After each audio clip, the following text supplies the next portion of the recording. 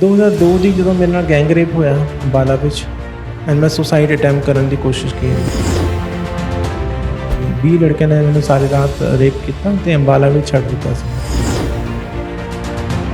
ਜਦੋਂ ਮੈਂ ਘਰ ਆਈ ਮੈਂ ਬਹੁਤ ਡਿਪਰੈਸ਼ਨ 'ਚ, ਹਾਲਾਂਕਿ ਪੁਲਿਸ ਸਟੇਸ਼ਨ ਵੀ ਗਈ 17 ਸੈਕਟਰ ਦੇ ਪੁਲਿਸ, ਉਹਨਾਂ ਨੇ ਮੇਰੀ ਕੰਪਲੇਂਟ ਰਜਿਸਟਰਡ ਨਹੀਂ ਕੀਤੀ, ਨਾਲੇ ਮੈਨੂੰ ਬਹੁਤ ਧਮਕਾਇਆ। ਮੈਂ ਜਦੋਂ ਘਰ ਗਈ ਮੈਂ ਡਿਪਰੈਸ਼ਨ 'ਚ ਸੀ, ਰਾਤ ਨੂੰ ਨੀਂਦ ਨਹੀਂ ਆਉਂਦੀ ਸੀ। ਉਹ ਸਾਰੀ ਚੀਜ਼ਾਂ ਮੇਰੇ ਚੀਖ ਕੇ ਮੇਰੇ ਦਿਮਾਗ ਨੇ ਪਰਦੇ ਫਾੜਨ ਦੀ ਕੋਸ਼ਿਸ਼ ਕਰਦੀ ਕਿ ਕਿੱਦਾਂ ਮੈਨੂੰ 20 ਲੜਕਿਆਂ ਨੇ ਰੇਪ ਕਰਿਆ। ਇਸ ਤਰ੍ਹਾਂ ਮੈਨੂੰ ਬੰਨ੍ਹ ਕੇ ਮਾਰ ਪੀਟ ਕੇ ਮੈਨੂੰ ਰੇਪ ਕੀਤਾ ਗਿਆ। ਮੁੰਡਾ ਮੈਨੂੰ ਆਇਆ, ਮੈਨੂੰ ਕਹਿੰਦਾ ਤੈਨੂੰ ਸਟੂਡੈਂਟ ਬੁਲਾ ਰਹੇ ਸੀਨੀਅਰ। ਕਲਾਸ ਵਿੱਚ ਅੰਦਰ ਗਏ ਤਾਂ ਕਲਾਸ ਵਿੱਚ 10-12 ਮੁੰਡੇ ਬੈਠੇ ਸੀ। ਉਹਨਾਂ ਨੇ ਕੁੰਡੀ ਲਾ ਦਿੱਤੀ ਤੇ ਮੈਨੂੰ ਫੜ ਕੇ ਮੇਰੇ ਕੱਪੜੇ ਲਾਤੇ, ਮੇਰੀ ਸ਼ਰਟ ਲਾ ਦਿੱਤੀ। ਫਿਰ ਮੈਂ MA 'ਚ ਐਡਮਿਸ਼ਨ ਲਿੱਤੀ ਹਿਸਟਰੀ ਡਿਪਾਰਟਮੈਂਟ ਪੰਜਾਬ ਯੂਨੀਵਰਸਿਟੀ, ਲੇਕਿਨ ਮੇਰੇ ਨਾਲ ਰੈਗਿੰਗ ਹੋਈ। ਮੈਨੂੰ ਡਿਪਾਰਟਮੈਂਟ ਦੇ ਪਿੱਛੇ ਜਾ ਕੇ ਨੰਗਾ ਕੀਤਾ, ਮਾਰਿਆ ਪਿੱਟਿਆ। ਧੱਕਾ ਹੀ ਜਿਹੜਾ ਮਾਮੂ ਪਰੌਂਠਾ ਟੈਂਪੂ, ਸੋ ਇਹ ਜਿਹੜੇ ਸ਼ਬਦ ਹੈ ਸਾਡੇ ਵਾਸਤੇ ਯੂਜ਼ ਕਰਦੇ ਹੈ ਲੋਕ। ਪੀਨਸ ਰਿਮੂਵ ਕਰਨ ਨਾਲ, ਵਜਾਈਨਾ ਰਿਮੂਵ ਕਰਨ ਨਾਲ ਕੋਈ ਇਨਸਾਨ ਹਿਜੜਾ ਨਹੀਂ ਹੁੰਦਾ। Gender is not in between of 2 legs, gender is in between of 2 years। ਮੇਰੇ ਪੇਰੈਂਟਸ ਨੇ 7 ਸਾਲ ਦੀ ਉਮਰ 'ਚ ਮੈਨੂੰ ਕਨਵਰਟ ਕਰਨ ਦੀ ਪੂਰੀ ਕੋਸ਼ਿਸ਼ ਕੀਤੀ ਹੈ। ਇੱਕ ਤਾਂਤਰਿਕ ਕੋਲ ਲੈ ਕੇ ਗਏ, ਤਾਂਤਰਿਕ ਨੇ ਕਿਹਾ ਇਹਦੇ ਅੰਦਰ ਚੁੜੈਲ ਆ ਗਈ ਹੈ। 3 ਸਾਲ ਮੈਂ ਕਾਲਜ ਕਰ ਰਹੀ ਗਵਰਨਮੈਂਟ ਕਾਲਜ ਸੈਕਟਰ 46 ਵਿੱਚ, ਐਂਡ ਫਾਈਨਲੀ ਮੈਂ ਜਿਹੜਾ ਫਾਈਨਲ ਈਅਰ 'ਚ ਮੈਂ ਟੌਪ ਕੀਤਾ ਪੰਜਾਬ ਯੂਨੀਵਰਸਿਟੀ।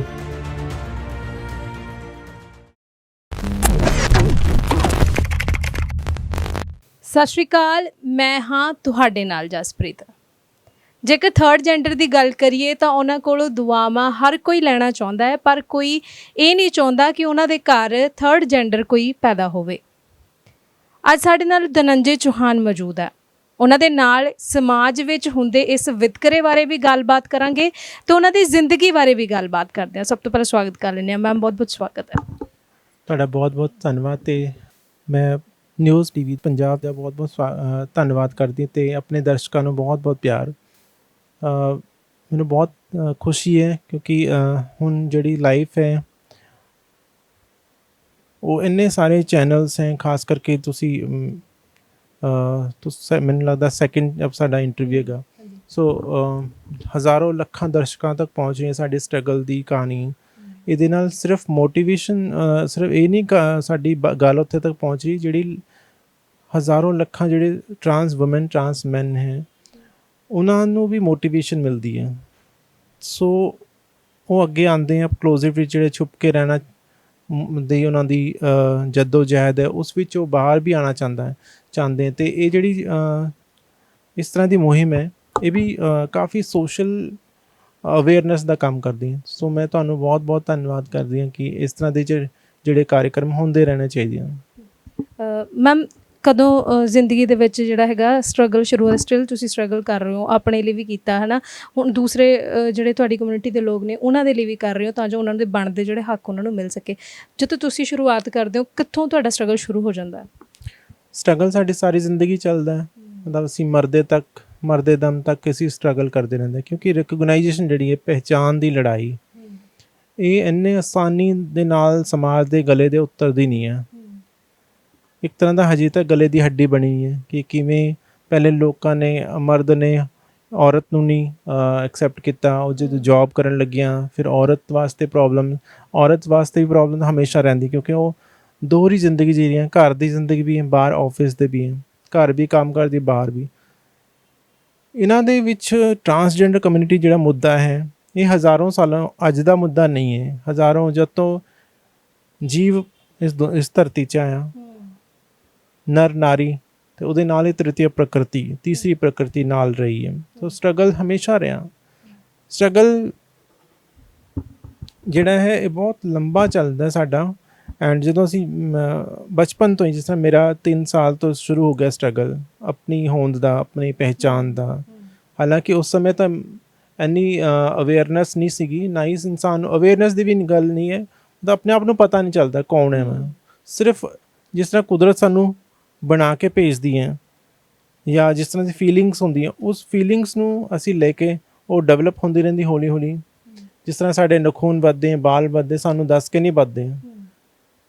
ਇਸੀ ਤਰ੍ਹਾਂ ਸਾਡਾ ਜਿਹੜਾ ਅੰਦਰ ਦੀ ਫੀਲਿੰਗਸ ਹੈ ਉਹ ਹਮੇਸ਼ਾ ਹੌਲੀ ਹੌਲੀ ਨਖੂਨ ਦੇ ਤੇ ਬਾਲ ਦੀ ਤਰ੍ਹਾਂ ਅੱਗੇ ਵੱਧਦੀ ਰਹਿੰਦੀ ਹੈ। ਸਾਨੂੰ ਆਪਣੇ ਆਪ ਨੂੰ ਪਤਾ ਚੱਲਦਾ ਹੈ ਜਦੋਂ ਸਾਡੇ ਬਾਲ ਵੱਡੇ ਹੋ ਜਾਂਦੇ ਫਿਰ ਲੱਗਦਾ ਕਿ ਐਡੇ ਵੱਡੇ ਬਾਲ, ਸਾਡੇ ਨਖੂਨ ਐਡੇ ਵੱਡੇ।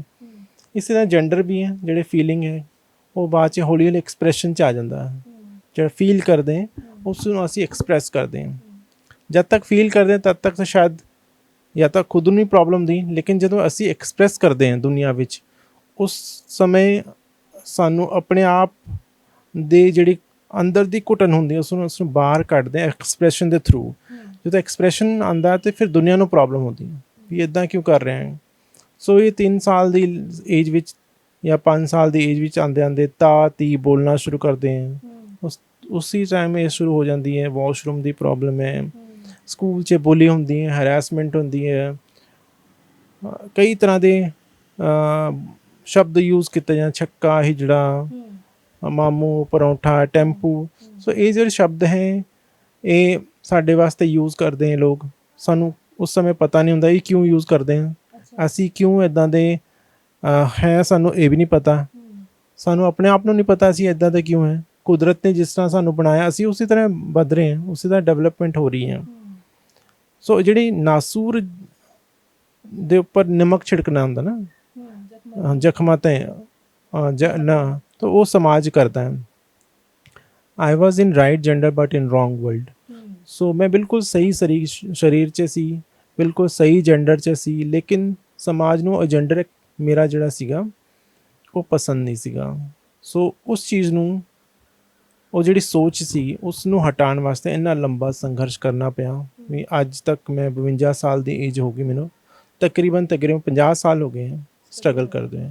ਐਂਡ ਸਟਿਲ ਜਿਹੜੀ ਮੇਰੀ ਪੜ੍ਹਾਈ ਦੀ ਲੜਾਈ ਸੀ ਉਹ ਖ਼ਤਮ ਹੋ ਗਈ, ਲੇਕਿਨ ਹੁਣ ਲੜਾਈ ਹੈ ਲਾਈਵਲੀਹੁੱਡ ਦੀ, ਜੌਬਸ ਦੀ।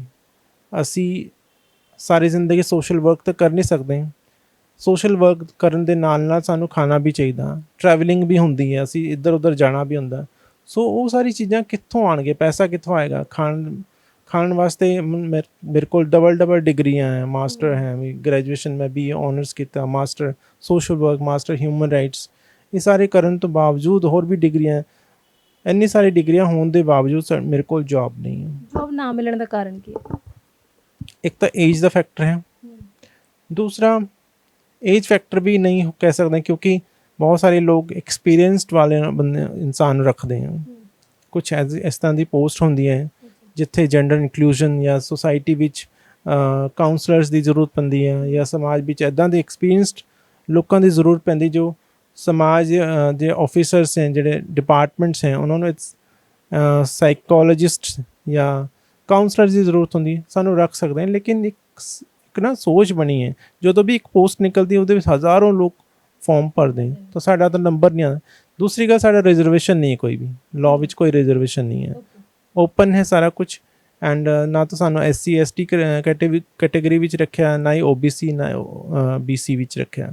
ਸੋ ਸਾਡੀ ਜਿਹੜੀ ਜੌਬਸ ਹੈ ਉਹ ਓਪਨ ਕੈਟੇਗਰੀ, ਜਨਰਲ ਕੈਟੇਗਰੀ ਵਿੱਚ ਹੈਗੀਆਂ। ਸੋ ਜਿਨ੍ਹਾਂ ਦੇ ਕੋਲ SC ਜਾਂ ST ਦਾ ਉਹਨਾਂ ਦਾ ਸਰਟੀਫਿਕੇਟ ਹੈਗਾ, ਉਹ ਨਾਲੇ ਉਹ ਟਰਾਂਸਜੈਂਡਰ ਵੀ ਹੈਗੇ, ਤਾਂ ਉਹ ਆਪਣਾ ਫਾਇਦਾ ਲੈ ਸਕਦੇ ਹਨ। ਲੇਕਿਨ ਜਿਹੜੇ ਲੋਕ ਜਨਰਲ ਚਾਹੁੰਦੇ ਉਹਨਾਂ ਨੂੰ ਕੁਛ ਵੀ ਨਹੀਂ ਹੋ। ਸੋ ਇਹ ਸਾਰੀ ਚੀਜ਼ਾਂ ਪ੍ਰੋਬਲਮ ਹੈਗੀਆਂ। ਜੌਬਸ ਤਾਂ ਵੈਸੇ ਸਾਨੂੰ ਦੇਖ ਕੇ ਲੋਕ ਦਰਵਾਜ਼ੇ ਬੰਦ ਕਰ ਦਿੰਦੇ ਹੈ। ਪ੍ਰਾਈਵੇਟ ਜਿਹੜੇ ਕੰਪਨੀਜ਼ ਹੈ, वो 1-2 कंपनीज टाटा हो गया या फिर सिंगलर प्राइवेट इंडिया लिमिटेड है या टेक महिंद्रा हैगी, द ललित होटल ग्रुप्स हैं, ये लोग दे रहे हैं, लेकिन किन्ने के लोगों ਨੂੰ ਦੇ ਸਕਦੇ हैं। ਐਂਡ ਸੈਕਿੰਡ ਥਿੰਕ ਇਹਨਾਂ ਨੂੰ ਯੰਗ ਜਨਰੇਸ਼ਨ ਦੇ ਲੋਕ ਚਾਹੀਦੇ ਹੈ। ਸੋ 50+ ਲੋਕ ਇਹਨਾਂ ਨੂੰ ਜ਼ਰੂਰਤ ਨਹੀਂ ਹੈ। ਐਂਡ ਮੇਰੀ ਜ਼ਰੂਰਤ ਸਿਰਫ ਕਾਉਂਸਲਰ ਜਾਂ ਮੋਟੀਵੇਟਰ ਦੇ ਤੌਰ 'ਤੇ ਗਵਰਨਮੈਂਟ ਆਫਿਸਰ ਵਿੱਚ ਹੋ ਸਕਦੀ ਹੈ, ਬਟ ਉਹ ਵੀ ਉਹਨਾਂ ਦੀ ਇਹ ਵੀ ਵਿਲ ਹੋਣੀ ਚਾਹੀਦੀ ਨਾ, ਮਤਲਬ ਉਹਨਾਂ ਦੀ ਇੱਛਾ ਸ਼ਕਤੀ ਦੇ ਉੱਪਰ ਨਿਰਭਰ ਕਰਦਾ ਹੈ ਕਿ ਉਹਨਾਂ ਨੇ ਰੱਖਣਾ ਵੀ ਨਹੀਂ ਰੱਖਣਾ।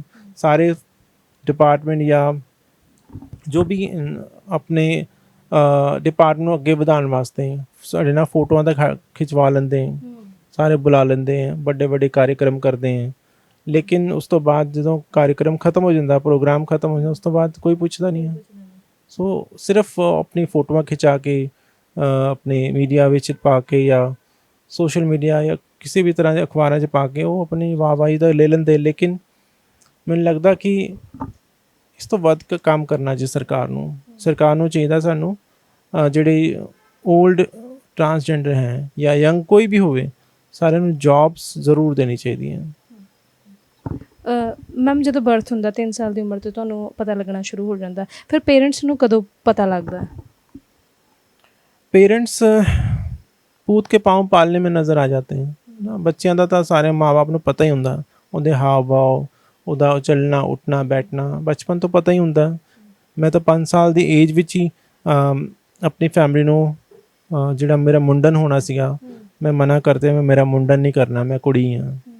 ਸੋ ਲੇਕਿਨ ਜ਼ਬਰਦਸਤੀ ਉਹਨਾਂ ਨੇ ਮੇਰਾ ਮੁੰਡਨ ਕੀਤਾ, ਬਟ ਕੱਪੜੇ ਮੈਂ ਫੀਮੇਲ ਦੇ ਪਾਏ। ਸੋ ਬਚਪਨ ਤੋਂ ਹੀ ਪਤਾ ਹੀ ਹੁੰਦਾ, ਲੇਕਿਨ ਇਗਨੋਰ ਕਰਦੇ ਹਾਂ। ਉਸ ਬੱਚਾ ਹੈ, ਚਲੋ ਕੋਈ ਨਾ, ਬਾਅਦ 'ਚ ਠੀਕ ਹੋ ਜਾਏਗਾ, ਫੇਜ਼ ਹੈ ਲਾਈਫ ਦਾ, ਬਚਪਨਾ ਹੈ। 10-12 ਸਾਲ ਤੱਕ ਤਾਂ ਬੱਚੇ ਇੱਕੋ ਤਰ੍ਹਾਂ ਦੇ ਲੱਗਦੇ, ਕੁੜੀ ਮੁੰਡਾ ਇੱਕੋ ਤਰ੍ਹਾਂ ਦਾ, ਫੇਸ 'ਚ ਬਾਲ ਨਹੀਂ ਹੁੰਦੇ ਐਂਡ ਆਵਾਜ਼ ਵੀ ਕੁੜੀਆਂ ਦੀ ਤਰ੍ਹਾਂ ਹੀ ਹੁੰਦੀ ਸਾਰਿਆਂ। ਲੇਕਿਨ ਹੌਲੀ ਹੌਲੀ ਜਦੋਂ 12-13 ਸਾਲ ਦੀ ਏਜ ਆਉਂਦੀ ਹੈ, ਟੀਨ ਏਜ ਵਿੱਚ ਆ ਕੇ ਫਿਰ ਸਾਰਾ ਕੁਝ ਚੇਂਜ ਹੋਣਾ ਸ਼ੁਰੂ ਹੋ ਜਾਂਦਾ। ਉਸ ਟਾਈਮ ਫਿਰ ਕਨਫਿਊਜ਼ਨ ਜ਼ਿਆਦਾ ਸ਼ੁਰੂ ਹੋ ਜਾਂਦਾ। ਜਦੋਂ ਆਪਣੀ ਪਹਿਚਾਣ ਵਾਸਤੇ ਅਸੀਂ ਅੱਗੇ ਆਉਂਦੇ ਹਾਂ ਤਾਂ ਫੈਮਿਲੀ ਦਬਾ ਦਿੰਦੀ ਹੈ। ਫੈਮਿਲੀ ਨਹੀਂ ਚਾਹੁੰਦੀ ਕਿ ਉਹਨਾਂ ਦਾ ਬੱਚਾ ਜਿਹੜਾ ਹੈ ਦੁਨੀਆ ਵਿੱਚ ਪ੍ਰਗਟ ਕਰੇ ਕਿ ਮੈਂ ਟਰਾਂਸਜੈਂਡਰ ਹਾਂ, ਮੈਂ ਟਰਾਂਸ ਵੂਮਨ ਹੂੰ ਜਾਂ ਟਰਾਂਸ ਮੈਨ ਹਾਂ। ਉਹ ਸਾਰੀ ਚੀਜ਼ਾਂ ਨੂੰ ਕਨਵਰਜਨ ਥੈਰੇਪੀ ਵੀ ਆਪਣਾ ਮੇਰੇ ਪੇਰੈਂਟਸ ਨੇ 7 ਸਾਲ ਦੀ ਉਮਰ 'ਚ ਮੈਨੂੰ ਕਨਵਰਟ ਕਰਨ ਦੀ ਪੂਰੀ ਕੋਸ਼ਿਸ਼ ਕੀਤੀ ਹੈ। ਇੱਕ ਤਾਂਤਰਿਕ ਕੋਲ ਲੈ ਕੇ ਗਏ, ਤਾਂਤਰਿਕ ਨੇ ਕਿਹਾ ਇਹਦੇ ਅੰਦਰ ਚੁੜੈਲ ਆ ਗਈ ਹੈ, ਸੋ ਭੂਤ ਪ੍ਰੇਤ ਹੈਗੇ, ਇਹਨੂੰ ਕੱਢਣਾ ਪੈਣਾ। ਤਾਂ ਉਹਨਾਂ ਨੇ ਰਾਤ ਨੂੰ 11-12 ਵਜੇ ਤੋਂ ਬਾਅਦ ਹਵਨ ਕੁੰਡ ਹੁੰਦੀ, ਉਹਦੇ ਵਿੱਚ ਗਰਮ ਚਿਮਟੇ ਨਾਲ ਮੈਨੂੰ ਡਰਾਇਆ ਧਮਕਾਇਆ ਗਰਮ ਚਿਮਟੇ ਨਾਲ ਕਿ ਐਂਡ ਉਹ ਜਿਹੜੇ ਤਾਂਤਰਿਕ ਸੀ ਉਹ ਕਹਿੰਦਾ ਕਿ ਵੀ ਤੂੰ ਜਿੱਥੋਂ ਵੀ ਆਈ ਚਲੀ ਜਾ। ਐਂਡ ਉਹ ਸਮਝਦੇ ਮੇਰੇ ਅੰਦਰ ਭੂਤ ਪ੍ਰੇਤ ਹੈ, ਕੋਈ ਚੁੜੈਲ ਆ ਗਈ ਹੈ। ਸੋ ਬਟ ਉੱਦਾਂ ਦਾ ਕੁਝ ਸੀਗਾ ਨਹੀਂ। ਉਹ ਕਨਵਰਟ ਕਰਨਾ ਚਾਹੁੰਦਾ ਸੀ, ਉਹ ਮੇਰੇ ਅੰਦਰ ਜਿਹੜੀ ਔਰਤ ਹੈ ਉਸ ਨੂੰ ਮਾਰਨਾ ਚਾਹੁੰਦਾ ਸੀ।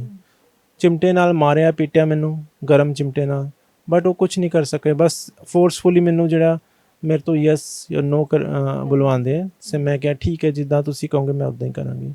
ਸੋ ਇਹ ਬਚਣ ਦਾ ਤਰੀਕਾ ਸੀਗਾ। ਬਟ ਮੇਰੇ ਅੰਦਰ ਕਦੀ ਵੀ ਇੱਕ ਮੇਲ ਦੀ ਜਿਹੜੀ ਭਾਵਨਾ ਸੀ ਕਦੀ ਨਹੀਂ ਆਈ। 9ਵੀਂ-10ਵੀਂ 'ਚ ਆ ਕੇ ਮੇਰੇ ਅੰਦਰ ਡਿਸਫੋਰੀਆ, ਜੈਂਡਰ ਡਿਸਫੋਰੀਆ ਆ ਗਿਆ। ਇੱਕ ਤਰ੍ਹਾਂ ਦਾ ਸਾਈਕੋਲੋਜੀਕਲ ਡਿਪਰੈਸ਼ਨ ਹੁੰਦਾ, ਡਿਪਰੈਸ਼ਨ ਐਨਗਜ਼ਾਇਟੀ, ਇਹ ਸਾਰੀ ਚੀਜ਼ਾਂ ਸ਼ੁਰੂ ਹੋ ਗਈਆਂ। ਮੈਂ 10th 'ਚ ਆ ਕੇ ਸੁਸਾਈਡ ਵੀ ਅਟੈਂਪਟ ਕੀਤਾ। ਸੋ ਇਹ ਸਾਰੀ 9ਵੀਂ-10ਵੀਂ ਤੱਕ ਆਉਂਦੇ ਬਹੁਤ ਜ਼ਿਆਦਾ ਕੰਪਲਿਕੇਟਿਡ ਹੋ ਗਿਆ। ਮੈਂ ਖੁਦ ਆਪਣੇ ਨਾਲ ਮਤਲਬ ਆਪਣੇ ਸਰੀਰ ਨਾਲ, ਆਪਣੇ ਦਿਮਾਗ ਨਾਲ ਲੜਦੇ ਥੱਕ ਗਈ ਸੀਗੀ। ਅਤੇ ਫਿਰ ਮੈਂ ਲਾਸਟ ਇਹ ਸੋਚਿਆ ਮੈਂ ਮਰ ਜਾਣਾ। ਲੇਕਿਨ ਚਲੋ ਲੱਕੀਲੀ ਮੇਰੇ ਮਦਰ ਨੇ ਮੈਨੂੰ ਬਚਾ ਲਿਆ ਐਂਡ ਮਦਰ ਨੇ ਕਿਹਾ ਕਿ ਪੜ੍ਹ ਲਿਖ ਕੇ ਅੱਗੇ ਵੱਧ ਲੈ, ਜੋ ਕੁਝ ਕਰਨਾ ਹੈ, ਜੋ ਕੁਝ ਵੀ ਕਰਨਾ ਹੈ ਉਹ ਪੜ੍ਹ ਲਿਖ ਕੇ ਜਦੋਂ ਕੁਝ ਬਣ ਜਾਏਗੀ, ਆਫਿਸਰ ਲੱਗ ਜਾਏਗੀ, ਜੌਬ ਲੱਗ ਜਾਏਗੀ, ਜਦ ਤੇਰੇ ਕੋਲ ਪੈਸੇ ਹੋਣਗੇ ਫਿਰ ਆਪਣੇ ਆਪ ਡਿਸਾਈਡ ਕਰ ਲੈਣਾ ਜੋ ਕੁਝ ਹੈ। ਲੇਕਿਨ ਹੁਣ ਤਾਂ ਤੇਰੇ ਕੋਲ ਕੁਝ ਵੀ ਨਹੀਂ ਹੈ। ਕਿਸ ਨੂੰ ਚਿੱਲਾ ਕੇ ਬੋਲੇ, ਕਿਸ ਨੂੰ ਤੂੰ ਕਹੇਗੀ ਮੈਂ ਟਰਾਂਸ ਵੂਮਨ ਹੈ, ਕੌਣ ਮੰਨੇਗਾ। ਸੋ ਕੋਈ ਵੀ ਇੱਦਾਂ ਦੀ ਰਿਕੋਗਨਾਈਜੇਸ਼ਨ ਸਮਾਜ ਵਿੱਚ ਨਹੀਂ ਹੈ। ਅਗਰ ਠੀਕ ਹੈ ਤਾਂ ਜ਼ਬਰਦਸਤੀ ਕੀਤੀ ਵੀ ਤਾਂ ਘਰੋਂ ਚਲੇ ਗਏ, ਘਰੋਂ ਭੱਜ ਗਏ ਅਤੇ ਕਿੱਥੇ ਜਾਏ, ਹਿਜੜਿਆਂ 'ਚ ਜਾਓ, ਖੁਸਰਿਆਂ ਵਿੱਚ, ਉਹ ਤਾੜੀਆਂ ਪਿੱਟੇਗੀ, ਭੀਖ ਮੰਗੇਗੀ। ਇਸ ਤੋਂ ਚੰਗਾ ਹੈ ਤੂੰ ਪੜ੍ਹ ਲਿਖ ਐਂਡ ਅੱਗੇ ਵੱਧ। ਜਦੋਂ ਪੜ੍ਹ ਲਿਖ ਜਾਏਗੀ, ਜੌਬ ਲੱਗ ਜਾਏਗੀ, ਫਿਰ ਆਪਣੇ ਆਪ ਡਿਸਾਈਡ ਕਰ ਲੈਣਾ। ਜ਼ਰੂਰੀ ਹੈ ਕਿ ਨਹੀਂ ਹੈ ਕਿ ਤੈਨੂੰ ਫੋਰਸਫੁਲੀ ਕੋਈ ਵਿਆਹ ਕਰਨ ਨੂੰ ਕਹੇ ਨਹੀਂ ਨਾ ਕਰਨਾ। ਫਿਰ ਆਪਣੀ ਜ਼ਿੰਦਗੀ ਖੁਦ ਜੀਣਾ ਅਕੇਲੇ, ਜਿਸ ਤਰ੍ਹਾਂ ਜੀਣਾ ਚਾਹੁੰਦਾ। ਸੋ ਮੈਂ ਫਿਰ ਉਹ ਗੱਲ ਨੂੰ ਪਕੜੀ, ਮੈਂ ਉਸ ਚੀਜ਼ ਨੂੰ ਮੰਨਿਆ ਐਂਡ ਮੈਂ ਪੜ੍ਹਨਾ ਸ਼ੁਰੂ ਕੀਤਾ। ਹੌਲੀ ਹੌਲੀ ਉਸ ਡਿਪਰੈਸ਼ਨ ਵਿੱਚੋਂ ਨਿਕਲੀ। ਲੇਕਿਨ ਜਿਹੜੀ ਮੇਰੀ ਆਈਡੈਂਟੀਟੀ ਸੀ ਉਹ ਹਮੇਸ਼ਾ ਮੇਰੇ ਦਿਮਾਗ 'ਚ ਰਹੀ ਕਿ ਨਹੀਂ, ਮੈਂ ਉਹ ਨਹੀਂ ਹੈ ਜੋ ਦੁਨੀਆ ਸਮਝ ਰਹੀ ਹੈ। ਫਿਰ ਗ੍ਰੈਜੂਏਸ਼ਨ ਆਉਂਦੇ ਮੈਂ ਆਈ ਵਾਜ਼ ਟੋਪਰ ਆਫ ਪੰਜਾਬ ਯੂਨੀਵਰਸਿਟੀ। ਤੁਹਾਨੂੰ ਉਹਦੇ ਲਈ ਵੀ ਸੰਘਰਸ਼ ਕਰਨਾ ਪਿਆ ਸੀ ਉੱਥੇ ਸਟੱਡੀ ਕਰਨ ਲਈ ਵੀ? ਬਿਲਕੁਲ, ਮੈਂ ਬਿਲਕੁਲ ਛੁਪ ਕੇ ਜਾਂਦੀ ਸੀ। ਮੈਂ ਪੈਂਟ ਸ਼ਰਟ ਜਿਸ ਤਰ੍ਹਾਂ ਪਾਉਣਾ ਹੁੰਦਾ ਸੀ, ਬਹੁਤ ਜ਼ਿਆਦਾ ਮੁਸ਼ਕਿਲ ਹੁੰਦੀ ਸੀ। ਐਕਸੈਪਟ ਨਹੀਂ ਕਰਦੀ ਸੀ ਬੋਡੀ ਚੀਜ਼ ਨੂੰ। ਕੋਈ ਚੀਜ਼ ਹੈ ਜਿਸ ਤਰ੍ਹਾਂ ਸਪੋਜ਼ ਕੋਈ ਫੋਰ ਐਗਜ਼ਾਮਪਲ ਅਸੀਂ ਕਿਸੇ ਸਰੀਰ 'ਚ ਕਿਸੇ ਦੇ ਕਿਡਨੀ ਖਰਾਬ ਹੋ ਗਈਆਂ ਐਂਡ ਅਸੀਂ ਕੋਈ ਕਿਡਨੀ ਡੋਨੇਟ ਕਰਦਾ ਹੈ, ਉਹ ਬੋਡੀ 'ਚ ਅਸੀਂ ਫਿਟ ਕਰਦੇ ਹਾਂ, ਹੋ ਸਕਦਾ ਉਹ ਬੋਡੀ ਐਕਸੈਪਟ ਨਾ ਕਰੇ, ਹੈ ਨਾ, ਐਕਸੈਪਟ ਨਾ ਹੋ, ਤੇ ਕਈ ਵਾਰ ਐਕਸੈਪਟ ਵੀ ਕਰ ਲੈਂਦੇ। ਸੋ ਇਹ ਚੀਜ਼ਾਂ ਸਾਡੇ ਨਾਲ ਵੀ ਰਹਿੰਦੀਆਂ। ਸਾਡੇ ਅੰਦਰ ਜੋ ਦਿਮਾਗ ਦੇ ਅੰਦਰ ਜਿਹੜੀ ਚੀਜ਼ ਹੈ ਨਾ, ਬਾਹਰੀ ਤੱਤਵ ਜਿਹੜੇ ਹੈਗੇ, ਬਾਹਰ ਦੇ ਲੋਕ ਫੋਰਸਫੁਲੀ, ਜਿਹੜੇ ਬਾਹਰੀ ਫੋਰਸਫੁਲ ਤੱਤਵ ਜਿਹੜੇ ਹੈਗੇ ਕਿ ਨਹੀਂ ਤੂੰ ਉਹ ਨਹੀਂ ਹੈ, ਤੂੰ ਇਹ ਹੈ, ਇਸ ਨੂੰ ਮੰਨ, ਕਿਉਂਕਿ ਉਹਨਾਂ ਦੀ ਇੱਜ਼ਤ ਹੈ ਸਮਾਜ ਵਿੱਚ, ਜਿਹੜਾ ਰੁਤਬਾ ਹੈ, ਮਾਨ ਮਰਿਆਦਾ ਹੈ। ਖੁਸਰਾ ਬਣ ਕੇ ਤਾਂ ਉਹਨਾਂ ਨੇ ਕਹਿਣਾ ਸਾਡੀ ਇੱਜ਼ਤ ਤੁਸੀਂ ਲਾਤੀ। ਪੇਰੈਂਟਸ ਤਾਂ ਇਹੀ ਕਹਿਣਗੇ ਵੀ ਸਾਡੀ ਬਾਕੀ ਬੱਚਿਆਂ ਦੇ ਵਿਆਹ ਨਹੀਂ ਹੋਣੇ, ਤੂੰ ਅਗਰ ਜੇ ਆਪਣੇ ਆਪ ਨੂੰ ਟਰਾਂਸਜੈਂਡਰ ਬੋਲਿਆ ਤੇ ਕੌਣ ਤੈਨੂੰ ਘਰ 'ਚ ਰੱਖੇਗਾ, ਨਾਲੇ ਤੇਰੇ ਦੂਸਰੇ ਭੈਣ ਭਰਾ ਉਹਨਾਂ ਦਾ ਵਿਆਹ ਕੌਣ ਕਰੇਗਾ ਉਹਨਾਂ ਦਾ। ਸੋ ਇਹ ਸਾਰੀ ਚੀਜ਼ਾਂ ਦਿਮਾਗ ਵਿੱਚ ਰਹਿੰਦੀਆਂ ਸੀਗੀਆਂ। ਬਟ ਫਿਰ ਮੈਂ ਪੜ੍ਹਾਈ ਕਰਦੀ ਰਹੀ। 3 ਸਾਲ ਮੈਂ ਕਾਲਜ ਕਰ ਰਹੀ, ਗਵਰਨਮੈਂਟ ਕਾਲਜ ਸੈਕਟਰ 46 ਵਿੱਚ, ਐਂਡ ਫਾਈਨਲੀ ਮੈਂ ਜਿਹੜਾ ਫਾਈਨਲ ਈਅਰ 'ਚ ਮੈਂ ਟੌਪ ਕੀਤਾ ਪੰਜਾਬ ਯੂਨੀਵਰਸਿਟੀ ਦੇ। ਫਿਰ ਮੈਂ MA 'ਚ ਐਡਮਿਸ਼ਨ ਲਿੱਤੀ ਹਿਸਟਰੀ ਡਿਪਾਰਟਮੈਂਟ ਪੰਜਾਬ ਯੂਨੀਵਰਸਿਟੀ, ਲੇਕਿਨ ਮੇਰੇ ਨਾਲ ਰੈਗਿੰਗ ਹੋਈ, ਮੈਨੂੰ ਡਿਪਾਰਟਮੈਂਟ ਦੇ ਪਿੱਛੇ ਲਿਜਾ ਕੇ ਨੰਗਾ ਕੀਤਾ, ਮਾਰਿਆ ਪਿੱਟਿਆ। ਉੱਥੋਂ ਮੈਂ ਭੱਜੀ ਕਿਸੇ ਤਰ੍ਹਾਂ ਬੜੀ ਮੁਸ਼ਕਿਲ ਨਾਲ, ਫਿਰ ਵਾਪਸ ਡਿਪਾਰਟਮੈਂਟ ਨਹੀਂ ਆਏ, ਛੱਡਤੀ ਮੈਂ MA। ਫਿਰ ਨੈਕਸਟ ਈਅਰ ਫਿਰ ਮੈਂ ਦੁਬਾਰਾ ਐਡਮਿਸ਼ਨ ਲਿੱਤੀ ਲਾਅ ਵਿੱਚ 94 ਵਿੱਚ। ਅਤੇ ਲਾਅ ਜਦੋਂ ਐਡਮਿਸ਼ਨ ਹੋਈ ਤਾਂ ਈਵਨਿੰਗ ਵਿੱਚ ਮੇਰਾ ਨੰਬਰ ਆਇਆ। 2 ਸੈਸ਼ਨ ਹੈ, ਮਾਰਨਿੰਗ ਅਤੇ ਈਵਨਿੰਗ ਵਿੱਚ ਮੇਰਾ ਨੰਬਰ ਹੈ। ਫਸਟ ਸਮੈਸਟਰ ਚੱਲ ਰਿਹਾ ਸੀ ਮੇਰਾ, ਉੱਥੇ ਵੀ ਸੇਮ ਰੈਗਿੰਗ ਹੋਈ। ਉਸ ਟਾਈਮ ਰੈਗਿੰਗ ਖੁੱਲ੍ਹਾ ਹੁੰਦੀ ਸੀ, ਕਲਾਸ ਵਿੱਚ ਲੀਡਰਸ ਆ ਜਾਂਦੇ ਸੀ, ਸੀਨੀਅਰਸ, ਅਤੇ ਟੀਚਰ ਨੂੰ ਬਾਹਰ ਭੇਜ ਦਿੰਦੇ ਸੀਗੇ। ਹੁਣ ਤਾਂ ਇਹ ਪੋਸੀਬਲ ਨਹੀਂ, ਕਿਉਂਕਿ ਸੁਪਰੀਮ ਕੋਰਟ ਦੀ ਜਜਮੈਂਟ ਤੋਂ ਆਉਣ ਤੋਂ ਬਾਅਦ ਇਹ ਬਹੁਤ ਸਟ੍ਰਿਕਟਲੀ ਹਰ ਇੱਕ ਕਾਲਜ ਦੇ ਬਾਹਰ, ਸਕੂਲ ਦੇ ਬਾਹਰ ਲਿਖਿਆ ਹੁੰਦਾ ਕਿ ਇਹ ਪਨਿਸ਼ੇਬਲ ਹੈ। ਲੇਕਿਨ ਉਸ ਸਮੇਂ ਤਾਂ ਇਹ ਖੁੱਲ੍ਹਾ ਹੁੰਦਾ ਸੀਗਾ। ਰਾਤ ਤੋਂ ਮੇਰੀ ਕਲਾਸ ਖਤਮ ਹੋਈ 9:45 ਵਜੇ ਕਰੀਬ, ਅਤੇ ਸਰਦੀਆਂ ਦੀ ਗੱਲ ਸੀਗੀ। ਸੋ ਐਗਜ਼ਾਮ ਤੋਂ ਪਹਿਲੇ, ਦਸੰਬਰ 'ਚ ਐਗਜ਼ਾਮ ਹੋਣੇ ਸਮੈਸਟਰ ਫਸਟ ਦੇ, ਉਸ ਤੋਂ ਪਹਿਲੇ ਅਤੇ ਇੱਕ ਮੁੰਡਾ ਮੈਨੂੰ ਆਇਆ, ਮੈਨੂੰ ਕਹਿੰਦਾ ਤੈਨੂੰ ਸਟੂਡੈਂਟ ਬੁਲਾ ਰਹੇ ਆ ਸੀਨੀਅਰ, ਅਤੇ ਮੈਂ ਉਹਦੇ ਨਾਲ ਚਲੀ ਗਈ। ਕਲਾਸ ਵਿੱਚ ਅੰਦਰ ਗਏ ਤਾਂ ਕਲਾਸ ਵਿੱਚ 10-12 ਮੁੰਡੇ ਬੈਠੇ ਸੀਗੇ। ਉਹਨਾਂ ਨੇ ਕੁੰਡੀ ਲਾਤੀ ਅਤੇ ਮੈਨੂੰ ਫੜ ਕੇ ਮੈਨੂੰ ਪਹਿਲੇ ਤਾਂ ਡਾਂਸ ਕਰਨ ਨੂੰ ਕਿਹਾ, ਨਾਮ ਪੁੱਛਿਆ, ਮਤਲਬ ਅਟਪਟਾਂਗ ਜਿਹੇ ਕੁਐਸਚਨ ਪੁੱਛਣਾ ਸ਼ੁਰੂ ਕਰ ਦਿੱਤੇ। ਅਤੇ ਫਿਰ ਮੇਰੀ ਬੋਡੀ ਚੈੱਕ ਕਰਨ ਦੀ ਕੋਸ਼ਿਸ਼ ਕੀਤੀ, ਮੈਨੂੰ ਮੇਰੇ ਕੱਪੜੇ ਲਾਤੇ, ਮੇਰੀ ਸ਼ਰਟ ਲਾ ਦਿੱਤੀ, ਫਿਰ ਜਿਹੜੀ ਜੈਕਟ ਸੀ ਸ਼ਰਟ ਸੀ ਉਹ ਮੈਨੂੰ ਲਾਤੀ। ਉਹ ਸਾਰੀ ਚੀਜ਼ਾਂ ਹੋਈਆਂ। ਮੈਂ ਉਹਨਾਂ ਦੇ ਜਦੋਂ ਉਹਨਾਂ ਨੇ ਸ਼ਰਟ ਲਾਤੀ ਤਾਂ ਮੈਂ ਉਹਨਾਂ ਦੇ ਪੈਰਾਂ 'ਚ ਪੈ ਗਈ। ਮੈਂ ਉਹਨੂੰ ਕਿਹਾ ਬਈ ਮੈਨੂੰ ਛੱਡ ਦਿਓ, ਮੈਨੂੰ ਮਾफ़ ਕਰ ਦਿਓ, ਐਂਡ ਬੜੀ ਰੋਈ ਮੈਂ। ਉਹਨਾਂ ਵਿੱਚ ਇੱਕ ਮੁੰਡਾ ਸੀਗਾ, ਉਹ ਥੋੜ੍ਹਾ ਇਮੋਸ਼ਨਲ ਸੀਗਾ। ਉਸਨੇ ਕਿਹਾ ਵੀ ਛੱਡ ਦਿਓ ਇਹਨੂੰ, ਅਤੇ ਹੋ ਸਕਦਾ ਵੀ ਇਹਨਾਂ ਦੇ ਬਦਦੁਆ ਨਾ ਲੱਗ ਜਾਵੇ ਸਾਨੂੰ। ਉਹਦੇ ਕਰਕੇ ਉਹਨੇ ਫਿਰ ਮੈਨੂੰ ਜਦੋਂ ਉਹਨੇ ਸਾਰਿਆਂ ਨੂੰ ਕਿਹਾ ਵੀ ਰਹਿਣ ਦਿਓ, ਅਤੇ ਫਿਰ ਮੈਂ ਫਟਾਫਟ ਕਮੀਜ਼ ਪਾਈ। ਉਹਨੇ ਕਿਹਾ ਕਮੀਜ਼ ਪਾ ਲੈ ਫਟਾਫਟ, ਆਪਣੇ ਜੈਕਟ ਪਾ ਕੇ ਭੱਜ ਜਾ। ਅਤੇ ਮੈਂ ਉੱਥੋਂ ਫਿਰ ਇਸੇ ਤਰ੍ਹਾਂ ਕੁੰਡਾ ਖੋਲ੍ਹ ਕੇ ਫਟਾਫਟ ਭੱਜ ਗਈ। ਫਿਰ ਉਹ ਲਾਅ ਵੀ ਛੱਡ ਦਿੱਤੀ ਮੈਂ। ਇੰਸੀਡੈਂਟ ਹੁੰਦਾ ਫਿਰ ਤਾਂ ਕਰਕੇ ਲਾਅ ਛੱਡ ਦਿੰਦੇ।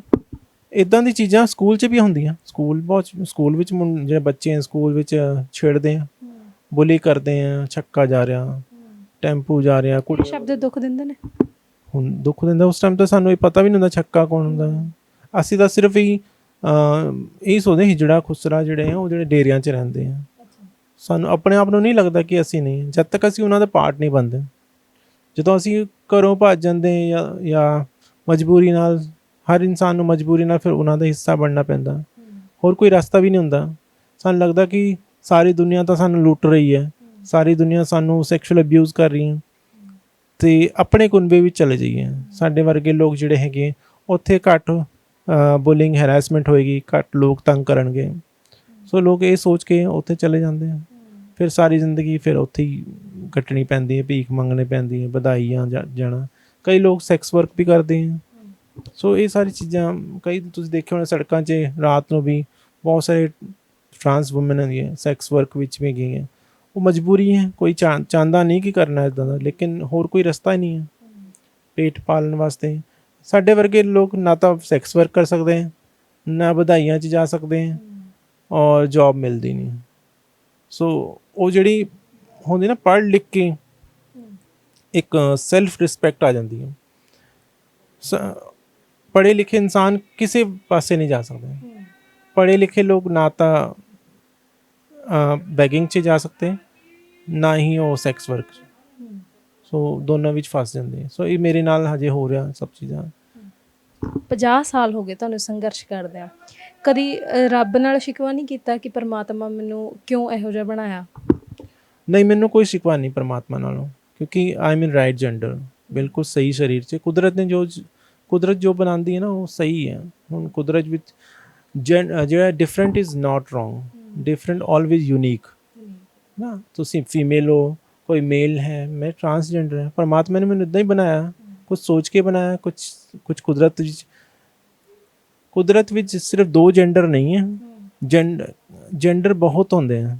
बहुलिंगीय समाज, संस्कृत शब्द एक तृतीय प्रकृति विकृतिम एवं प्रकृति, वेद का मंत्र है विकृतिम एवं प्रकृति mean what seems unnatural is also natural. इस कुदरत ਵਿੱਚ सिर्फ 2 लोग नहीं हैं, तीसरी प्रकृति भी है। तीसरी प्रकृति ਵਿੱਚ बहुत ट्रांस वुमेन, ट्रांस मैन हैगे हैं, जेंडर न्यूट्रल, जेंडर फ्लूइड लोग भी हैं, बहुत सारे लोग हैगे हैं। कुदरत ने इसी तरह बनाया। मैंने कोई भी कभी भी दुख नहीं होया। I am proud to be a transgender. मैंने बहुत गर्व होता है कि मैं 2 गुण नाल पैदा होया, 2 गुण है मेरे अंदर, and I am very special person. Like I can feel both people. मैनू फीमेल की भी फील होंगी कि मैं फीमेल के अंदर कोई, मैनू लगता कि मैनू फीमेल की भी समझ है, मैनू मेल की भी समझ है। सो जो कोई भी मेरे को आंदा है, मेल फीमेल जो अपने दुखड़े लेके आते हैं, तो मैंने दोनों की समझ आती कि यस। एंड मैनू ये भी हुण साड़ी पा के, तो साड़ी पाना इन्ना आसान नहीं है, बहुत मुश्किल है। एंड मैनू हुण फील होंदा कि वुमेन वास्ते कितना मुश्किल है, एक औरत होना कितना मुश्किल है।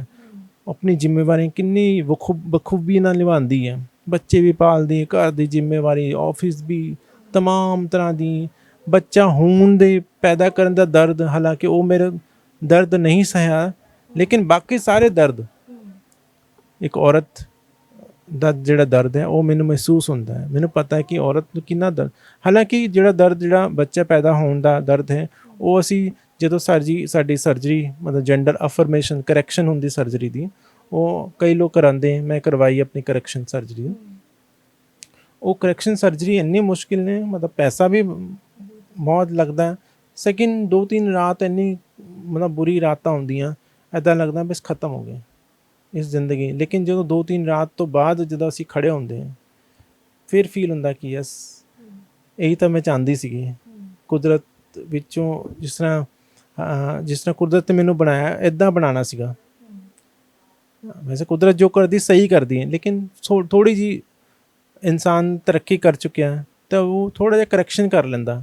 ਹੁਣ ਸਪੋਜ਼ ਮੇਰਾ ਕੋਈ 6 ਉਂਗਲੀਆਂ ਹੈ ਅਤੇ ਹੁਣ ਤਰੱਕੀ ਹੋ ਗਈ ਹੈ, ਤਾਂ ਸੋਚਦਾ ਚਲੋ 6ਵੀਂ ਉਂਗਲੀ ਆਪਰੇਸ਼ਨ ਨਾਲ ਕੱਢ ਦਿਓ। ਫਿਰ ਬਹੁਤ ਸਾਰੀ ਟੈਕਨੋਲੋਜੀ ਹੈ, ਉਹਦੇ ਨਾਲ ਅਸੀਂ ਕਰੈਕਸ਼ਨ ਕਰ ਸਕਦੇ ਹਾਂ। ਸੋ ਅੱਛਾ ਫੀਲ ਹੁੰਦਾ। ਆਈ ਨੈਵਰ ਰਿਗਰੈਟ, ਮੈਨੂੰ ਕਦੀ ਕੋਈ ਦੁੱਖ ਨਹੀਂ ਹੈ। ਪਰਮਾਤਮਾ ਜੋ ਜਿਸ ਤਰ੍ਹਾਂ ਮੈਨੂੰ ਬਣਾਇਆ, ਮੈਨੂੰ ਬਹੁਤ ਖੁਸ਼ੀ ਹੈ। ਔਰ ਹਰ ਜਨਮ 'ਚ ਮੈਨੂੰ ਟਰਾਂਸਜੈਂਡਰ ਹੀ ਪੈਦਾ ਕਰੇ। ਸਕਸ਼ਮ ਟਰਸਟ ਤੁਸੀਂ ਚਲਾਉਂਦੇ ਹੋ, ਬਹੁਤ ਸਾਰੇ ਆਪਣੇ ਲਈ ਵੀ ਆਵਾਜ਼ ਉਠਾਉਂਦੇ, ਹੋਰ ਬਹੁਤ ਸਾਰੇ ਲੋਕ ਜਿਹੜੇ ਆ ਉਹਨਾਂ ਦੇ ਲਈ ਵੀ ਆਵਾਜ਼ ਚੱਕਦੇ ਹੋ। ਇਹ ਕਿਵੇਂ ਸ਼ੁਰੂ ਹੋਇਆ ਸੀਗਾ ਟਰਸਟ ਦਾ? 2002 ਦੀ ਜਦੋਂ ਮੇਰੇ ਨਾਲ ਗੈਂਗ ਰੇਪ ਹੋਇਆ ਅੰਬਾਲਾ ਵਿੱਚ, ਐਂਡ ਮੈਂ ਸੁਸਾਈਡ ਅਟੈਂਪਟ ਕਰਨ ਦੀ ਕੋਸ਼ਿਸ਼ ਕੀਤੀ। 20 ਲੜਕਿਆਂ ਨੇ ਮੈਨੂੰ ਸਾਰੀ ਰਾਤ ਰੇਪ ਕੀਤਾ ਅਤੇ ਅੰਬਾਲਾ ਵਿੱਚ ਛੱਡ ਦਿੱਤਾ ਸੀਗਾ। ਜਦੋਂ ਮੈਂ ਘਰ ਆਈ, ਮੈਂ ਬਹੁਤ ਡਿਪਰੈਸ਼ਨ 'ਚ, ਹਾਲਾਂਕਿ ਪੁਲਿਸ ਸਟੇਸ਼ਨ ਵੀ ਗਈ 17 ਸੈਕਟਰ ਦੇ ਪੁਲਿਸ, ਉਹਨਾਂ ਨੇ ਮੇਰੀ ਕੰਪਲੇਂਟ ਰਜਿਸਟਰਡ ਨਹੀਂ ਕੀਤੀ, ਨਾਲੇ ਮੈਨੂੰ ਬਹੁਤ ਧਮਕਾਇਆ, ਨਾਲੇ ਉਹ ਕਹਿੰਦੇ ਵੀ ਇੱਥੇ ਰਜਿਸਟਰ ਨਹੀਂ ਹੋਏਗੀ, ਅੰਬਾਲਾ ਜਾਓ। ਖੈਰ ਉਹ ਲੰਬੀ ਕਹਾਣੀ। ਮੈਂ ਜਦੋਂ ਘਰ ਗਈ, ਮੈਂ ਡਿਪਰੈਸ਼ਨ 'ਚ ਚਲੀ, ਰਾਤ ਨੂੰ ਨੀਂਦ ਨਹੀਂ ਆਉਂਦੀ ਸੀ। ਉਹ ਸਾਰੀ ਚੀਜ਼ਾਂ ਮੇਰੇ ਚੀਖ ਕੇ ਮੇਰੇ ਦਿਮਾਗ ਨੇ ਪਰਦੇ ਫਾੜਨ ਦੀ ਕੋਸ਼ਿਸ਼ ਕਰਦੀ ਕਿ ਕਿੱਦਾਂ ਮੈਨੂੰ 20 ਲੜਕਿਆਂ ਨੇ ਰੇਪ ਕਰ, ਕਿਸ ਤਰ੍ਹਾਂ ਮੈਨੂੰ ਬੰਨ੍ਹ ਕੇ ਮਾਰ ਕੇ ਪੀਟ ਕੇ ਮੈਨੂੰ ਰੇਪ ਕੀਤਾ ਗਿਆ। ਉਹ ਸਾਰੀ ਚੀਜ਼ਾਂ ਮੇਰੇ ਦਿਮਾਗ 'ਚ ਮਤਲਬ ਬਹੁਤ ਜ਼ਿਆਦਾ ਕੱਸ ਕੇ ਬੰਨੀ ਗਈ, ਅਤੇ ਮੈਂ ਘਰੋਂ ਭੱਜ ਗਈ ਰਾਤ ਨੂੰ 12-1 ਵਜੇ ਕਰੀਬ। ਘਰੋਂ ਭੱਜੀ ਤਾਂ ਸਾਡੇ ਘਰ ਦੇ ਨੇੜੇ ਜੰਗਲ ਸੀਗਾ ਕਾਫੀ, ਅਤੇ ਉਸ ਵਿੱਚ ਜਾ ਕੇ ਮੈਂ ਰੱਸੀ ਪਾਈ ਪੇੜ ਦੇ ਉੱਪਰ ਅਤੇ ਗਲੇ ਵਿੱਚ ਪਾ ਕੇ ਮੈਂ ਬਸ ਸੋਚਣ ਲੱਗੀ ਆਪਣੇ ਪੁਰਾਣੇ ਦਿਨ। ਲੇਕਿਨ ਫਿਰ ਉਹ ਦਿਮਾਗ 'ਚ ਇੱਕਦਮ ਆਇਆ ਕਿ ਮੈਂ ਕਿਉਂ ਮਰ ਰਹੀ ਹਾਂ, ਮੈਂ ਰੇਪਿਸਟ ਨਹੀਂ ਹੈ, ਮੈਂ ਕੋਈ ਜੁਰਮ ਨਹੀਂ ਕੀਤਾ, ਮੈਂ ਕੋਈ ਕਰਪਸ਼ਨ ਨਹੀਂ ਕੀਤਾ, ਮੈਂ ਕੋਈ 420 ਨਹੀਂ ਕੀਤੀ ਕਿਸੇ ਨਾਲ, ਫਿਰ ਮੈਨੂੰ ਕੀ ਸਜ਼ਾ ਮਿਲ ਰਹੀ ਹੈ? ਮੈਂ ਆਪਣਾ ਗਲੇ 'ਚੋਂ ਫੰਦਾ ਕੱਢਿਆ, ਮੈਂ ਘਰੋਂ ਮੈਂ ਕਿਹਾ ਨਹੀਂ ਮੈਂ ਨਹੀਂ ਮਰਨਾ ਤਾਂ ਉਹਨਾਂ ਨੂੰ ਮਰਨਾ ਚਾਹੀਦਾ ਸੀਗਾ, ਉਹਨਾਂ ਦੀ ਸੋਚ ਨੂੰ ਖ਼ਤਮ। ਫਿਰ ਮੈਂ ਕਿਹਾ ਉਹਨਾਂ ਦੀ ਮੈਂ ਦੁਨੀਆ ਨੂੰ ਮੈਂ ਬਦਲਾਂਗੇ। ਜਦੋਂ ਉਹ ਸੋਚ ਸੀ ਉਹ ਮੈਂ ਸੋਚ ਲੈ ਕੇ ਅੱਗੇ ਚੱਲਦੀ ਗਈ। ਫਿਰ 2 4 6 ਲੋਕ ਇੱਦਾਂ ਮਿਲਦੇ ਗਏ, ਮੇਰਾ ਕਾਫੀ ਵੱਡਾ ਸਰਕਲ ਹੋ ਗਿਆ। ਐਂਡ ਅਸੀਂ ਫਿਰ NGO ਬਾਰੇ ਸੋਚਿਆ। 2009 'ਚ ਅਸੀਂ ਸਕਸ਼ਮ ਟਰਸਟ ਕਰਕੇ ਇੱਕ NGO ਔਰ ਰਜਿਸਟਰ ਕਰਵਾਇਆ ਐਂਡ ਫਿਰ ਅਸੀਂ ਨੈਸ਼ਨਲ ਲੈਵਲ 'ਤੇ ਕੰਮ ਕਰਨਾ ਸ਼ੁਰੂ ਕੀਤਾ। ਸੋ ਉਹ 2009 ਤੋਂ ਸ਼ੁਰੂ ਹੋਈ ਯਾਤਰਾ ਜਿਹੜੀ ਹੈ ਹੁਣ ਹਾਲ ਤੱਕ ਚੱਲ ਰਹੀ ਹੈ। ਹੋਰਾਂ ਦੀ ਵੀ ਆਵਾਜ਼ ਬਣੇ, ਆਪਣੇ ਲਈ ਵੀ ਸੰਘਰਸ਼ ਕੀਤਾ, ਤੇ ਜੋ ਅੰਦਰੋਂ ਫੀਲਿੰਗਸ ਸੀਗੀਆਂ ਕੁੜੀ ਵਾਲੀਆਂ ਅੱਜ ਉਸ ਰੂਪ ਦੇ ਵਿੱਚ ਵੀ ਉਹ ਸੰਤੁਸ਼ਟ ਮਹਿਸੂਸ ਕਰਦੇ ਹੋ ਆਪਣੇ ਆਪ ਨੂੰ? ਬਿਲਕੁਲ। ਮੈਂ ਤੁਹਾਨੂੰ ਪਹਿਲੇ ਵੀ ਕਿਹਾ ਕਿ ਆਈ ਐਮ ਰਾਈਟ ਜੈਂਡਰ, ਬਿਲਕੁਲ ਸਹੀ ਸਰੀਰ 'ਚ ਸਹੀ ਮਤਲਬ ਜੈਂਡਰ ਵਿੱਚ ਹੈ। ਲੇਕਿਨ ਸਮਾਜ ਨੂੰ ਚਾਹੀਦਾ acceptance. Gender is not in between of 2 legs, gender is in between of 2 years. ਜਿਹੜੇ 2 ਕੰਨ ਹੈ ਨਾ, ਜੈਂਡਰ ਇੱਥੇ ਹੈ। ਅਗਰ ਇੱਥੇ ਨਾ ਹੁੰਦਾ ਔਰ ਸਾਰੀ ਪ੍ਰੋਗਰਾਮਿੰਗ ਬ੍ਰੇਨ ਵਿੱਚ ਹੈ, biological sex and psychological sex. Psychological sex ਮਨ ਸਿਰ ਇੰਨਾ ਔਰ ਬਾਇਓਲੋਜੀਕਲ ਸਰੀਰ ਹੁੰਦਾ ਜਿਹੜਾ ਸਾਡੇ ਨਿਚਲਾ। ਇੰਨਾ ਵੱਡਾ ਸਰੀਰ ਬਾਇਓਲੋਜੀਕਲ ਔਰ ਸਾਈਕੋਲੋਜੀਕਲ ਸੈਕਸ ਜਿਹੜਾ ਬ੍ਰੇਨ, ਇਹ ਬਹੁਤ ਇੰਪੋਰਟੈਂਟ ਹੈ। ਛੋਟਾ ਜਿਹਾ ਹੈ ਲੇਕਿਨ ਬਹੁਤ ਇੰਪੋਰਟੈਂਟ। ਪ੍ਰੋਗਰਾਮਿੰਗ ਇੱਥੇ ਹੀ ਹੈ ਸਾਡੀ ਸਾਰੀ। ਅਸੀਂ ਹੈਲਮਟ ਪਾਉਂਦੇ ਨਾ ਸਿਰਫ ਸਰੀਰ ਨੂੰ, ਸਾਰੇ ਸਰੀਰ 'ਚ ਤਾਂ ਹੈਲਮਟ ਨਹੀਂ ਪਾਉਂਦੇ, ਹੈਲਮਟ ਪਾਉਂਦੇ ਸਿਰਫ ਬ੍ਰੇਨ ਨੂੰ ਛੁਪਾਉਣ ਵਾਸਤੇ। ਬ੍ਰੇਨ 'ਚ ਸੱਟ ਨਾ ਵੱਜੇ, ਬ੍ਰੇਨ 'ਚ ਕੋਈ ਚੋਟ ਨਾ ਆਏ। ਅਗਰ ਬ੍ਰੇਨ 'ਚ ਚੋਟ ਆ ਗਈ ਫਿਰ ਸਾਰੀ ਪ੍ਰੋਗਰਾਮਿੰਗ ਖ਼ਤਮ ਐਂਡ ਸਾਡੀ ਬਾਡੀ ਨਹੀਂ ਚਲੇਗੀ, ਪੈਰਾਲਾਈਜ਼ ਹੋ ਜਾਏਗਾ, ਸਾਰੇ ਮੈਸੇਜ ਬੰਦ ਹੋ ਜਾਣਗੇ। ਸਾਡਾ ਸਰੀਰ ਦਾ ਅੰਗ ਕੱਟ ਜਾਣ, ਹੱਥ ਕੱਟ ਜਾਏਗਾ, ਲੱਤ ਕੱਟ ਜੇ। ਈਵਨ ਕਿ ਬਹੁਤ ਸਾਰੇ ਲੋਕਾਂ ਨੂੰ ਦੇਖਿਆ ਤੁਸੀਂ, ਟਿਊਮਰ ਹੋ ਜਾਂਦਾ ਪੀਨਸ 'ਚ, ਪੀਨਸ ਵੀ ਕੱਟ ਦਿੰਦੇ। ਸੋ ਬੰਦਾ ਮਰ ਥੋੜ੍ਹੀ ਜਾਂਦਾ, ਲੇਕਿਨ ਬ੍ਰੇਨ ਅਗਰ ਡੈਡ ਹੋ ਗਿਆ ਫਿਰ ਬੰਦਾ ਮਰ ਜਾਂਦਾ। ਸੋ ਪੀਨਸ ਰਿਮੂਵ ਕਰਨ ਨਾਲ, ਵਜਾਈਨਾ ਰਿਮੂਵ ਕਰਨ ਨਾਲ ਕੋਈ ਇਨਸਾਨ ਹਿਜੜਾ ਨਹੀਂ ਹੁੰਦਾ, ਜਾਂ ਟਰਾਂਸ ਵੂਮਨ ਟਰਾਂਸ ਮੈਨ ਨਹੀਂ ਹੁੰਦੇ। ਉਹ ਸਾਰਾ ਇੱਥੇ ਹੀ ਆ ਸੋਚ ਵਿੱਚ। ਔਰ ਜੋ ਕੈਮੀਕਲ ਰਿਐਕਸ਼ਨਸ ਹੁੰਦੀਆਂ, ਹਾਰਮੋਨਸ ਬਾਡੀ ਵਿੱਚ, ਫੀਲਿੰਗਸ। ਹੁਣ ਮੈਨੂੰ ਥੋੜ੍ਹੀ ਹਾਰਮੋਨਸ ਦੀ ਪ੍ਰੋਬਲਮ ਹੈਗੀਆਂ, ਮੇਰੇ ਹਾਰਮੋਨਸ 0 ਹੋ ਗਏ ਔਰ ਮੇਰੀ ਫੀਲਿੰਗਸ ਬੰਦ ਹੋ ਗਈ ਕੁਝ। ਅਤੇ ਮੈਂ PGI ਹੁਣ ਟਰੀਟਮੈਂਟ ਚੱਲ ਰਿਹਾ, ਹਾਰਮੋਨਸ ਮੈਨੂੰ ਫਿਰ ਦਿੱਤੇ ਜਾ ਰਹੇ ਆ। ਉਹਦੇ ਨਾਲ ਫੀਲਿੰਗਸ ਦੁਬਾਰਾ ਕ੍ਰੀਏਟ ਹੁੰਦੀਆਂ, ਆਪਣੇ ਆਪ ਨੂੰ ਮਹਿਸੂਸ ਹੁੰਦਾ ਇਨਸਾਨ। ਨਹੀਂ ਤਾਂ ਇਨਸਾਨ ਡੈਡ ਲੱਗਦਾ, ਨਿਰਜੀਵ ਜਿਹਾ, ਜਦੋਂ ਹਾਰਮੋਨਸ ਖਤਮ ਹੋ ਜਾਂਦੇ। ਸੋ ਬਹੁਤ ਹਾਰਮੋਨਸ ਦੀ ਬੜੀ ਇੰਪੋਰਟੈਂਟ ਰੋਲ ਹੈ। ਮੈਨੂੰ ਪਹਿਲਾਂ ਇਹਨਾਂ ਨੌਲੇਜ ਨਹੀਂ ਸੀਗੀ, ਲੇਕਿਨ ਜਦੋਂ PGI ਦਾ ਅਸੀਂ ਚੱਕਰ ਇੰਨੇ ਕੱਟ ਰਹੇ ਹਾਂ, ਡਾਕਟਰਸ ਨੂੰ ਐਂਡੋਕ੍ਰੋਨੋਲੋਜੀ ਡਿਪਾਰਟਮੈਂਟ 'ਚ ਸਾਨੂੰ ਸਮਝ ਆ ਰਹੀ ਹੈ ਕਿ ਕਿੰਨਾ ਇੰਪੋਰਟੈਂਸ ਚੀਜ਼ ਹੈਗੀਆਂ ਜ਼ਿੰਦਗੀ, ਹਰ ਇੱਕ ਇਨਸਾਨ ਦੇ, ਸਿਰਫ ਟਰਾਂਸਜੈਂਡਰ ਨਹੀਂ, ਹਰ ਇੱਕ ਇਨਸਾਨ ਦੇ ਵਿੱਚ। ਕਿਸੇ ਵਿੱਚ ਤੁਹਾਡੇ ਵਿੱਚ ਐਸਟ੍ਰੋਜਨਸ ਹੈ, ਮੇਲ ਵਿੱਚ ਟੈਸਟੋਸਟਰੋਨਸ ਹੈ, ਇਹ ਸਾਰੇ ਹਾਰਮੋਨਸ ਹੈ, ਇਹਦਾ ਬੜੀ ਇੰਪੋਰਟੈਂਟ ਰੋਲ ਪਲੇ ਕਰਦੇ ਇਨਸਾਨ ਦੀ ਜ਼ਿੰਦਗੀ ਵਿੱਚ। ਸੋ ਇਹ ਸਾਰਾ ਹੁੰਦੇ ਵੀ ਹੁਣ ਮਹਿਸੂਸ ਹੁੰਦਾ ਕਿ ਜੋ ਵੀ ਮੈਂ ਡਿਸੀਜ਼ਨ ਲਿੱਤਾ ਜਾਂ ਕੁਦਰਤ ਨੇ ਜਿਸ ਤਰ੍ਹਾਂ ਮੈਨੂੰ ਬਣਾਇਆ, ਮੈਨੂੰ ਕੋਈ ਵੀ ਦੁੱਖ ਨਹੀਂ ਹੁੰਦਾ। ਜੋ ਵੀ ਹੈ ਸਹੀ ਹੈ, ਬਸ ਕੁਦਰਤ ਦੇ ਹਿਸਾਬ ਨਾਲ ਮੈਂ ਚੱਲ ਰਹੀ। ਸਮਾਜ ਨੂੰ ਚਾਹੀਦਾ, ਮੈਂ ਨਹੀਂ ਬਦਲਾਂਗੀ, ਸਮਾਜ ਦੀ ਸੋਚ ਨੂੰ ਬਦਲਣਾ, ਸਮਾਜ ਨੂੰ ਆਪਣੀ ਸੋਚ ਬਦਲਣੀ ਚਾਹੀਦੀ। ਉਹ ਜਿਹੜੇ ਕੂਆਂ ਨਾ, ਕੂਏ ਵਿੱਚੋਂ ਨਿਕਲਣਾ ਹੈ, ਅਸੀਂ ਸਮੁੰਦਰ ਵਿੱਚ ਛਾਲ ਮਾਰਨੀ ਹੈ। ਸਮੁੰਦਰ ਦਾ ਵਿੱਚ ਜਾਓਗੇ ਤਾਂ ਬਹੁਤ ਸਾਰੇ ਜੈਂਡਰ, ਸੈਕਸ਼ੁਅਲਿਟੀ, ਸੈਕਸ਼ੁਅਲ ਓਰੀਐਂਟੇਸ਼ਨ ਦੇ ਲੋਕ, ਮੇਲ ਫੀਮੇਲ ਤੋਂ ਇਲਾਵਾ ਹੋਰ ਲੋਕ ਵੀ ਤੁਹਾਨੂੰ ਮਿਲਣਗੇ ਕਿ ਕਿਸ ਤਰ੍ਹਾਂ ਦੇ ਲੋਕ ਆਪਣੀ ਜ਼ਿੰਦਗੀ ਜੀ ਰਹੇ ਹਨ। ਸੋ ਇਹ ਨੌਲੇਜ ਹੁਣ ਤਾਂ ਸੁਸਾਇਟੀ ਵਿੱਚ ਕਾਫੀ ਸਾਰੀ ਰਿਸਰਚ ਹੋ ਰਹੀਆਂ। ਮੈਂ ਵੀ ਇੱਕ ਰਿਸਰਚ ਮਤਲਬ ਮੈਂ ਕਈ ਰਿਸਰਚ ਪ੍ਰੋਜੈਕਟ ਦੀ ਪਾਰਟ ਰਹੀ। ਹਾਲ ਹੀ ਵਿੱਚ ਇੱਕ ਰਿਸਰਚ ਅਸੀਂ ਕੀਤੀ ਹੈ ICSSR ਦੇ, ਪੰਜਾਬ ਯੂਨੀਵਰਸਿਟੀ ਦੇ ਅੰਡਰ, ਜੈਂਡਰ ਦੇ, ਟਰਾਂਸਜੈਂਡਰ ਦੇ ਉੱਪਰ। ਤਾਂ ਕਾਫੀ ਸਾਰੀ ਚੀਜ਼ਾਂ ਸਾਨੂੰ ਨੌਲੇਜ ਦੁਨੀਆ ਵਿੱਚ, ਜਦੋਂ ਰਿਸਰਚ ਛਪੇਗੀ, ਪੇਪਰ ਛਪੇ, ਕਾਫੀ ਲੋਕ ਪੜ੍ਹਨਗੇ, ਸਮਝ ਆਏਗੀ ਲੋਕਾਂ ਨੂੰ। ਹੁਣ ਲੋਕਾਂ ਨੂੰ ਧੀਰੇ ਹੌਲੀ ਹੌਲੀ ਸਮਝ ਆ ਰਹੀ ਹੈ ਕਿ ਕਿਸ ਤਰ੍ਹਾਂ ਚੱਲਦੀ ਹੈ ਸਾਡੀ। ਬਹੁਤ ਬਹੁਤ ਸ਼ੁਕਰੀਆ ਗੱਲਬਾਤ ਕਰਨ ਲਈ। Thank you so much. So ਜੀ, ਇਹ ਸੀ ਸਾਡੇ ਨਾਲ ਧਨੰਜੇ ਚੌਹਾਨ। ਇਹਨਾਂ ਦੇ ਨਾਲ ਇਹਨਾਂ ਦੀ ਜ਼ਿੰਦਗੀ ਬਾਰੇ ਗੱਲਬਾਤ ਕੀਤੀ ਅਤੇ ਉਸ ਨਜ਼ਰੀਏ ਬਾਰੇ ਗੱਲਬਾਤ ਕੀਤੀ ਜੋ ਸਮਾਜ ਇਹਨਾਂ ਦੇ ਪ੍ਰਤੀ ਜਾਂ ਇਸ ਕਮਿਊਨਿਟੀ ਦੇ ਪ੍ਰਤੀ ਰੱਖਦਾ ਹੈ। ਇਹਨਾਂ ਨੇ ਜ਼ਿੰਦਗੀ ਦੇ 50 ਸਾਲ ਹੋ ਗਏ ਨੇ, ਹੁਣ ਤੱਕ ਸਟਰਗਲ ਕਰ ਰਹੇ ਨੇ, ਆਪਣੀ ਵੀ ਆਵਾਜ਼, ਆਪਣੇ ਹੱਕਾਂ ਲਈ ਵੀ ਆਵਾਜ਼ ਉਠਾਈ ਅਤੇ ਦੂਸਰਿਆਂ ਦੇ ਹੱਕਾਂ ਦੇ ਲਈ ਵੀ ਆਵਾਜ਼ ਉਠਾਈ। ਸਾਡਾ ਸਮਾਜ ਹਾਲੇ ਵੀ ਭੇਦਭਾਵ ਕਰਦਾ ਹੈ। ਜੇ ਲੋੜ ਹੈ ਤਾਂ ਅੱਜ ਸਮਾਜ ਨੂੰ ਆਪਣੀ ਸੋਚ, ਆਪਣਾ ਨਜ਼ਰੀਆ ਚੇਂਜ ਕਰਨ ਦੀ ਲੋੜ ਹੈ। ਦੇਖਦੇ ਰਹੋ ਸਾਡੇ ਚੈਨਲ। ਮੈਨੂੰ ਦਿਓ ਇਜਾਜ਼ਤ। ਸਤਿ ਸ਼੍ਰੀ ਅਕਾਲ।